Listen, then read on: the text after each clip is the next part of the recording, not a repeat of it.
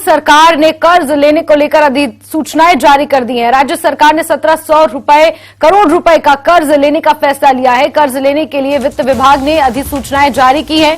1000 करोड़ और 700 करोड़ के कर्ज के लिए अलग अलग 2 अधिसूचनाएं जारी की हैं।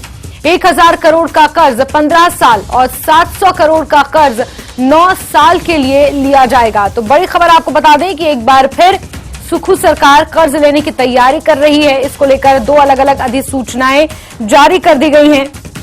इससे पहले भी सुखू सरकार 1500 करोड़ का कर्ज ले चुकी है और एक बार फिर 1700 रुपए का कर्ज लेने की तैयारी सुखू सरकार ने कर ली है। 2 अलग अलग अधिसूचनाएं इसको लेकर जारी की गई हैं। 1000 करोड़ और 700 करोड़ के लिए कर्ज लिया जाएगा। 1000 करोड़ का कर्ज 15 साल और 700 करोड़ का कर्ज 9 साल के लिए सुखू सरकार लेने की तैयारी कर रही है। सत्ता में आने के बाद ये दूसरा मौका है जब सुखू सरकार दूसरी बार कर्ज ले रही है। इससे पहले हाल ही में 1500 करोड़ का कर्ज सरकार ने लिया था।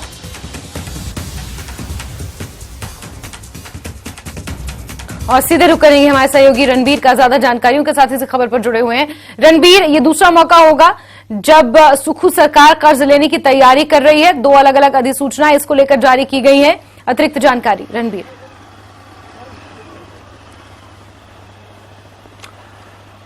जी हाँ जैस्मिन, देखिए ये महत्वपूर्ण है कि 29 तारीख को हिमाचल का बजट पारित होना है। मुख्यमंत्री ने घोषणाएं बहुत सारी की है। देखिए जब बजट स्पीच भी मुख्यमंत्री ने शुरू की थी, उसके बाद प्रेस कॉन्फ्रेंस की थी, तो मुख्यमंत्री ने ये कहा कि प्रदेश की आर्थिक स्थिति बेहद खराब है। नौबत तो यहाँ तक है कि दिन प्रतिदिन के खर्चा चलाने के भी राज्य सरकार के पास बजट नहीं था। फंड की बहुत कमी है। केंद्र से मदद की बात उन्होंने कही है कि केंद्र सरकार से सहयोग लिया जाएगा। ऐसे में राज्य सरकार के पास फिलहाल एक ही चारा है, वो है कर्ज लेने का। तो कर्ज यहाँ पर एक बार फिर से सुखू सरकार लेगी। यह वित्तीय वर्ष जो 31 मार्च को खत्म हो रहा है, इसमें जो है अब देखिए कुल ये राशि जो कर्ज का जो बोझ है वो हिमाचल पर बढ़ता जा रहा है। और मुख्यमंत्री बार बार ये कह रहे हैं कि 1 साल तो करीब ऐसा रहेगा जिसमें कर्ज राज्य सरकार को लेना पड़ेगा। घोषणाएं बहुत सारी की गई हैं और कर्मचारियोों को लेकर घोषणा की गई है। ओपीएस के लिए धन का प्रावधान करना है। जो दूसरी गारंटी कांग्रेस ने दी है कि महिलाओं को 1500 रुपए देने हैं। 2,31,000 महिलाएं हैं।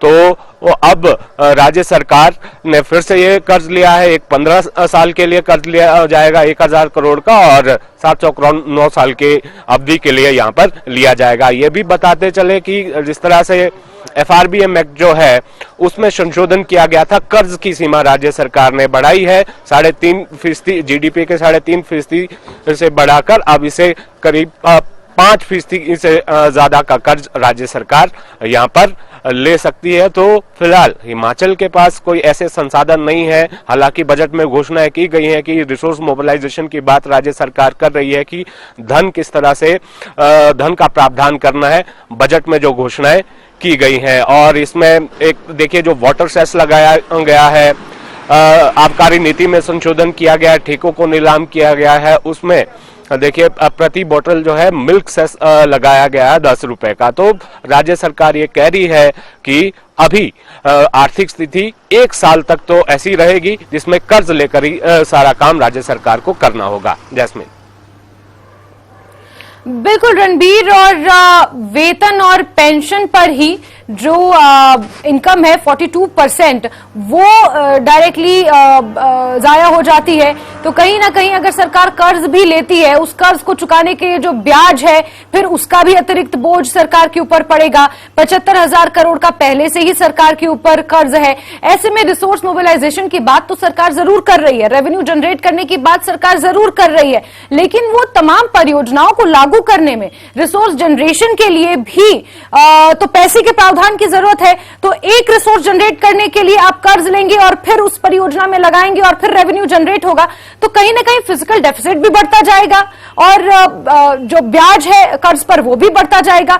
कैसे ये तमाम चीजें हैंडल हो पाएंगी रणबीर? तो फिर अगली साल भी तो सरकार को कर्ज ही लेना पड़ेगा इन तमाम चीजों को पूरा करने के लिए, और साथ ही सरकार की गारंटियां, सरकार की योजनाएं, उन्हें भी पूरा करना है।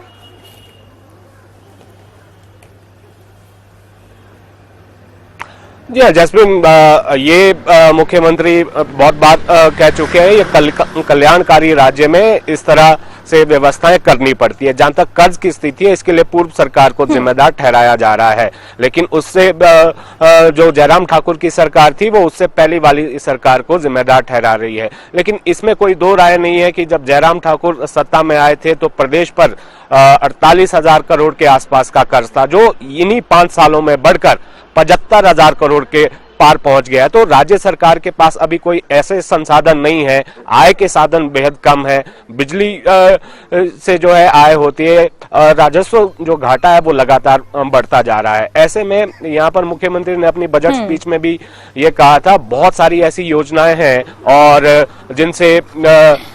जिनमें धन का प्रावधान किया जाना है, लेकिन उसके साथ साथ प्रदेश में निवेश किस तरह से बढ़े उसके लिए बहुत सारे ऐसे प्रावधान किए गए हैं। उद्योग नीति में बदलाव किया जा रहा है, निवेश को बढ़ाया जाएगा और इसके अलावा छोटे छोटे कदम राज्य सरकार ने उठाए हैं, जैसे सेस लगाया, चाहे वाटर सेस लगाया गया, चाहे शराब पर कर बढ़ाया है, तो कुछ और कड़े फैसले अब राज्य सरकार को करने होंगे। देखिए, एक पहले हिमाचल की जो स्थिति है, पहाड़ी राज्य है, इनकम कम है और ज्यादातर निर्भरता केंद्र पर रहती है और केंद्र से ज्यादा सहयोग अब तक राज्य सरकार को मिल नहीं पा रहा है। जी जैस्मिन।